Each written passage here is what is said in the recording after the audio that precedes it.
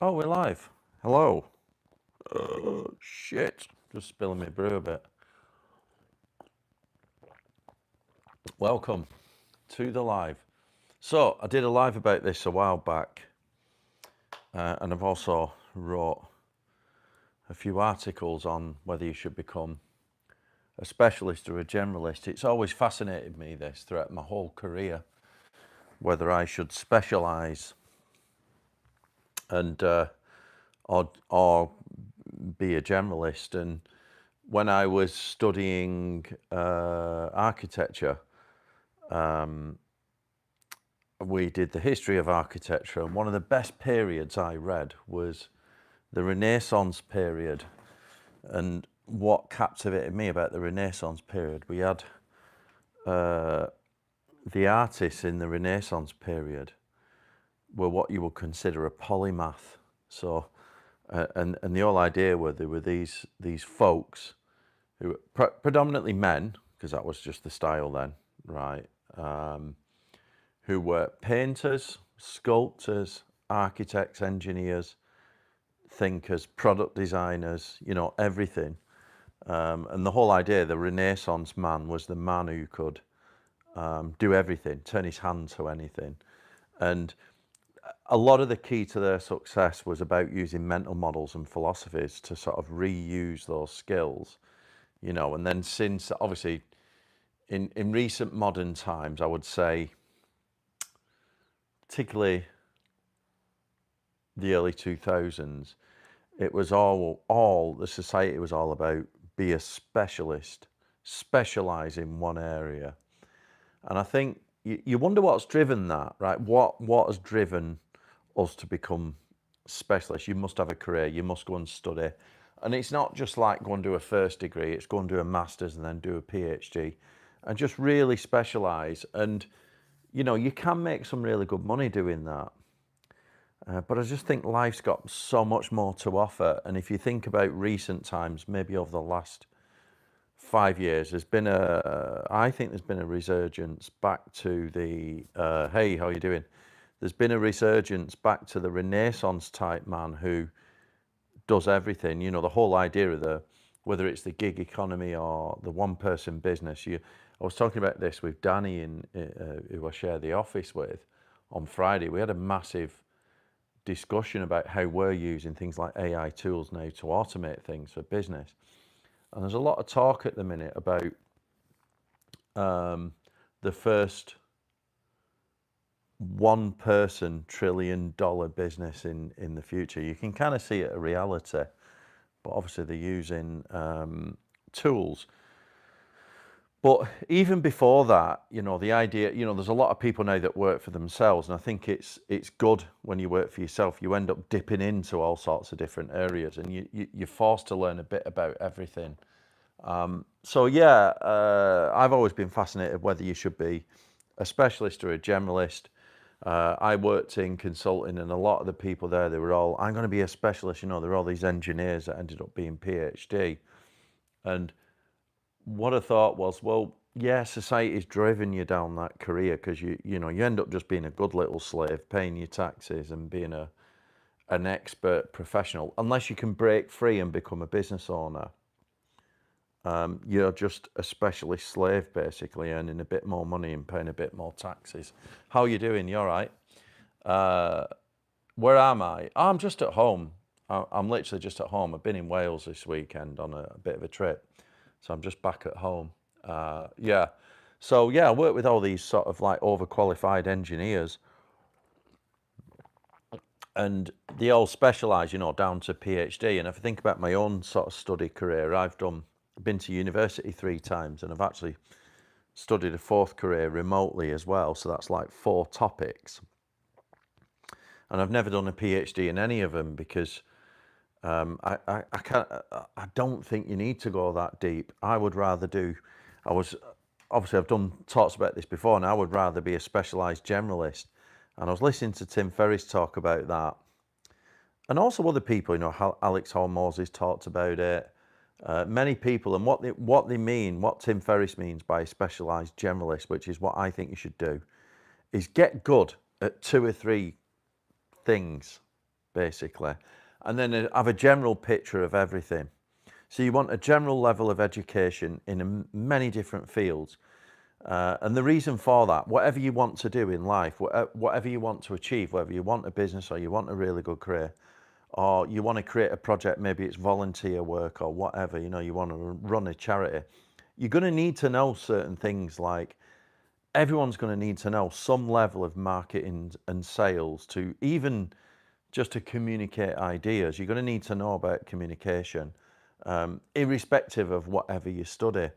So there are these, you know, you're going to need to know about finances, say. There are these general skills that you ought to be reasonably competent in. And you might have like an accountant, you know, to really help you with the finances.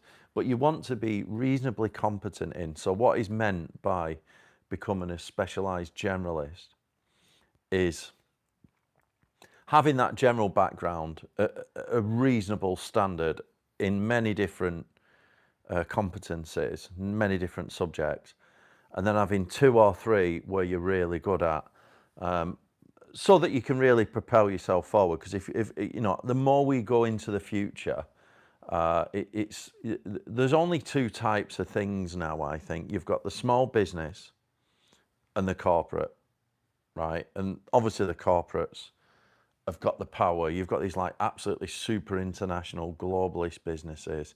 And then you got the small business, you know, hacking it out. They're like a Jack Russell, you know, nipping at the heels of the corporates. Now I've worked in both, and I much prefer the kind of small business. I think, you know, that's the way to be for me. And the only way to do that is to become a specialised generalist. So I've done a video. I think I might have put the link down below. It's called The 7 Mental Models of Success. And I suggest you go and listen to that, because in there, I give you 7 mental models, which are so general, and you can adapt them to your particular needs. And there is an 8th, but the 8th is more, you know, the ultimate result. If you want to be that, the 8th is basically personal sovereignty, because we want personal sovereignty. Everything that we do, we're aiming for personal sovereignty. That is making your own decisions, being in charge of your own life. It's living life on your terms, basically, which is what we want. So in order to get that, the 7 mental models, and you may have different ones. I just put my 2 penneth in, which I think are generic. So if you think whatever you want to do, right, let's say you're going to start a business in this particular niche, like me, I've got the software business and an e-commerce business, right? The software business is very specialised for engineering and in particular standards like information management standards. And I have to know that world inside out. So I would say that's what I'm specialising in, right? As in deep knowledge. But then across the board, I need to know all sorts, like how to market and sell, how to do digital marketing. So I'm going to give you the 7 areas that I think you need. Yeah, yeah. So in terms of your religion, mate, I think that's bang on too. You know, that is like another thing that you want to add in there as one of your mental models, because that's like, that gives you the state management and the purpose, and it's like so power, like the power is in the mind. So yeah, that's a good one. But let me just explain the 7 mental models that I go into in my video. So I think things like responding to people, whether that's text, emails, you need to learn about the time to respond to people. So if you're negotiating, say, I gave the example that if you're negotiating on a property deal, the person that lays the hand down first is always in the weakest position, because the next person can take the time. And if you want to give the illusion of power, I've done a video on this as well, which I link to in the 7 mental models for success. So if you want to give the illusion of power, you should always, there's a term called matching and mirroring. You don't want to be going in, you know, if they're taking like 2 hours to respond and then you're responding within 30 seconds, you're putting yourself into a weaker spot there. So you want to match and mirror. If they're taking 2 hours, you take 2 hours. If you want to play a bit of psychology and get one up, add 1 quarter. So 2 hours plus a quarter, what's that, 2.5 hours? You take 2.5 hours, they take 2 hours. It just gives you that psychological one-upmanship in terms of that. So I'll go into that. There are times where, you know, if they start responding quick, then you match and mirror and, you know, you get the flow going, and that's how you create rapport. The next skill is advanced communication, where I talk about active listening. I've actually got Scott's book here. This is his first book. So Scott was my coach, taught me about, all active listening techniques to negotiate. So I do still owe a lot of thanks to Scott, because he, Order Out of Chaos, Scott Walker, he helped me in business land some really good deals and learn how to negotiate to get what I need. So active listening is a big skill that I think you should learn. The next one is about the buyer-seller dynamic. It's kind of related to the responding to texts and emails, but it's a bit broader. It's understanding who is the buyer and who's the seller, and then in regards to that, who's in the strong position. So of course, right, if you're the buyer, you're in a much more stronger position. You could translate this into the dating world. You want to be the chooser, right? Now, it's not always that easy. You know, if you really want the person, and in the early days of a relationship, playing the sort of attraction game, it's always who displays the most amount of interest first. You know, who's chasing the other person. We know this, so you can flip the script on the buyer-seller dynamic there. The next one, I'll read your comment in a minute, sorry. The next one is understanding about habit reinforcement. And that would be understanding that habits take time to reinforce, and you've got to force them sometimes. You've got to override your subconscious, because habits is breaking old patterns and forming new patterns, and generally that comes with pain. So it's understanding when it feels uncomfortable, you're probably on the right track, and you should forcibly push through with your conscious brain and say, I need to do this. So it is a mental model. It helps you push through. The next one is a goal achievement system, which is what I always talk about. So I always say do 3 things a day towards your goals. You can choose your own system. My system that I talk about on my channel helps me to achieve everything, right? Plan everything. So create an identity, and then you're going to go and live it by creating some goals and then living in accordance with your identity. This is like choosing good habits that actually are in alignment with your identity. So what you do on a day-to-day basis, that small stuff, is going to account to the life that you want, which is your identity. The next one, talked about this before, learning how to market any kind of product or service is a universal skill. Even if you're a consultant, you think you're not selling anything, because that's what I used to be. Even if you're a consultant and you're not in sales and you don't think you have to market and sell, you are still learning how to, like, even as a consultant, you're trying to convince others of your ideas, whether you write a document, a proposal, you communicate in meetings, you're still selling people of your ideas. You're trying to, because a consultant has got to convince their client of their competence and that what they're suggesting, what they're advising is worthy of doing. So even learning sales and how that works there is and marketing is a good way. But if you are marketing directly to people, understanding the difference between paid and organic. You know, when you start a business, you've no audience basically, so you've no organic audience, so you have to force it with paid. Unless you want to wait until the organic catches up, you can force it with paid, but you really want your organic to start growing over time, but that takes time. Understanding those skills. And then the other one is how to start a business. I've done videos on this before. I always think that, and I got a lot of this off Naval Ravikant, when you start a business, you need to be passionate about it.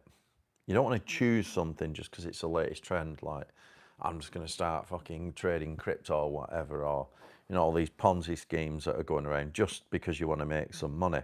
If you're doing things just for the money, it's not likely to work. I always think that you should choose something that you know, that's what you're interested in, you're passionate about, because everything takes longer. And if you're not passionate about it, because business takes time to kick off, we always underestimate how long things take. We just think we're better than the average. Nothing will ever happen. We'll just do it and we'll make our money in 6 months and we'll be out. That never happens. Everything takes longer because we don't factor what could go wrong. And then if we're not interested in it, we will get fed up because we've banked on our money coming out in 6 months and it's 2 years down and we're like, where the fuck is it? We're going to lose interest. So if you don't have that passion, you're not likely to push through. You're going to bail, right? And the passion is what gives you the grit to push through. I've done some great articles on, probably on my personal website, but on the goalachievementhub.com website. I've done a really good one on that.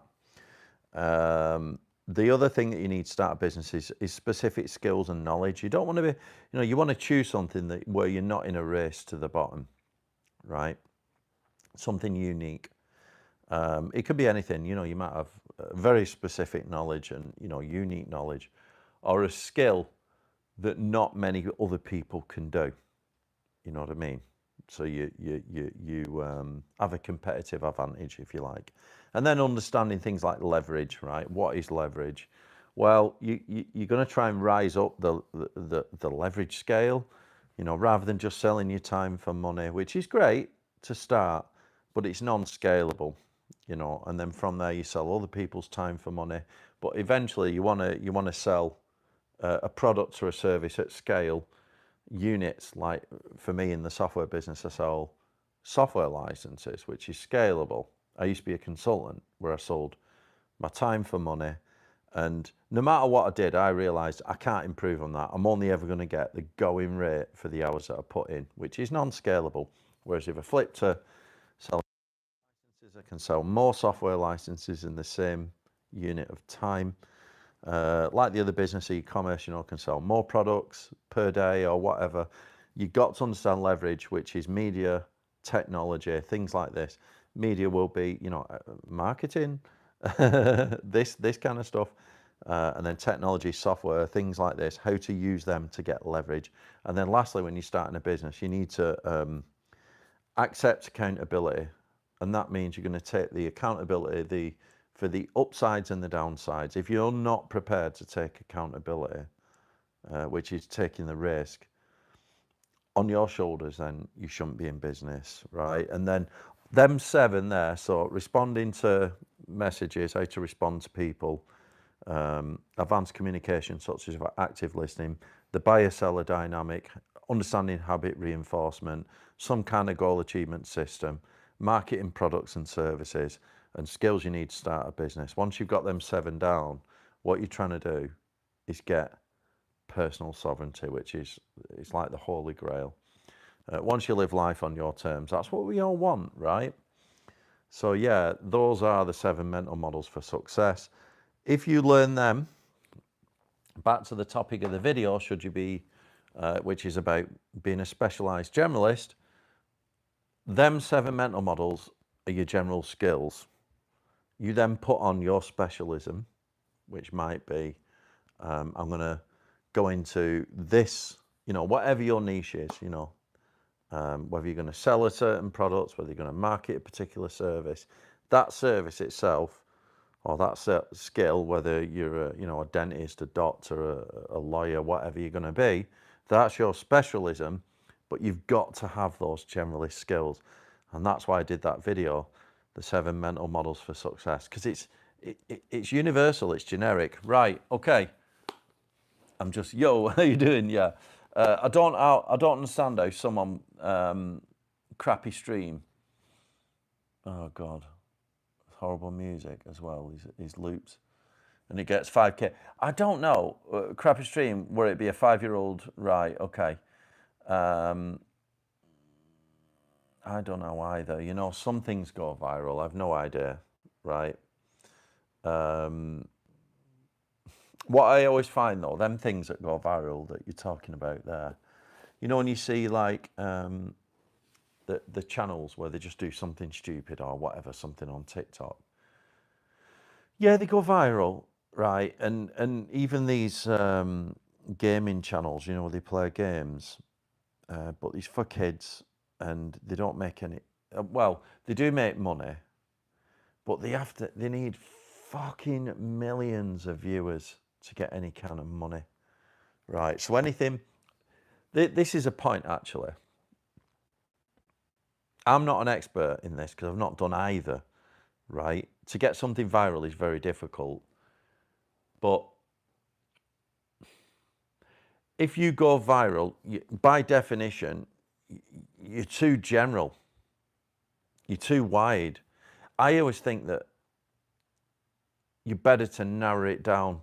You know, like the 1,000, Bob Burlingham's book, 1,000 True Fans, where you can make a seriously good living from a few dedicated fans. You don't need everyone. You don't need fucking millions.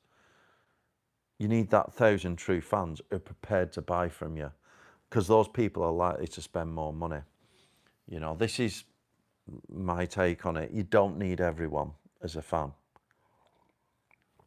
because the more general you go, you know, the lower your conversion rate is going to be. It's just like throwing shit against a wall, I think. Your conversion rate is going to be super low, and it's also low ticket. Now that can work, obviously, if you're like absolutely humongous, like Mr. Beast. You know, you can sell, what does he sell, like fucking drinks and whatever, you know, bits. He's made so much money, fine. But he's got like millions. When you're in the middle there, you know, hundreds of thousands and stuff like that. All these channels with like hundreds of thousands of subscribers. I don't know if they're like rolling in it. I don't know. You know, because a lot of them still have jobs. And that's that. You know, your idea, if you're going to get a big audience, is to help people with products and services. It's like me, you know, I make the journal, don't I? You know, and I give business advice. So in my business videos, I give business advice to help people in business. And I try and make it as legitimate as I can, because I've used this stuff in life to create businesses, you know, that starting from scratch, starting from nothing, like just an idea, you know, making products and services. I mean, this is, the journal is one, you know, I made the journal just from life experience and using other products, and it's there to help people. So I always think that you should do the Bob Burlingham's 1,000 True Fans. I haven't got it with me. And then the other thing is, we're going to get off topic now, but that's your book for, I plug this a lot, but it is a really good book for business. Traction, Gino Whitman. Nice and simple. Right, I need to shoot actually, unfortunately, because I've got to go and pick my car up. Just had a puncture repair. Yeah, you're right. It is good. I've just had a puncture repair, so I've got to go and pick my car up. All right, thank you very much. Go and watch the 7 mental models for success. It might be linked down below, or have a look on my channel. Thank you very much. Cheers. See you all next time.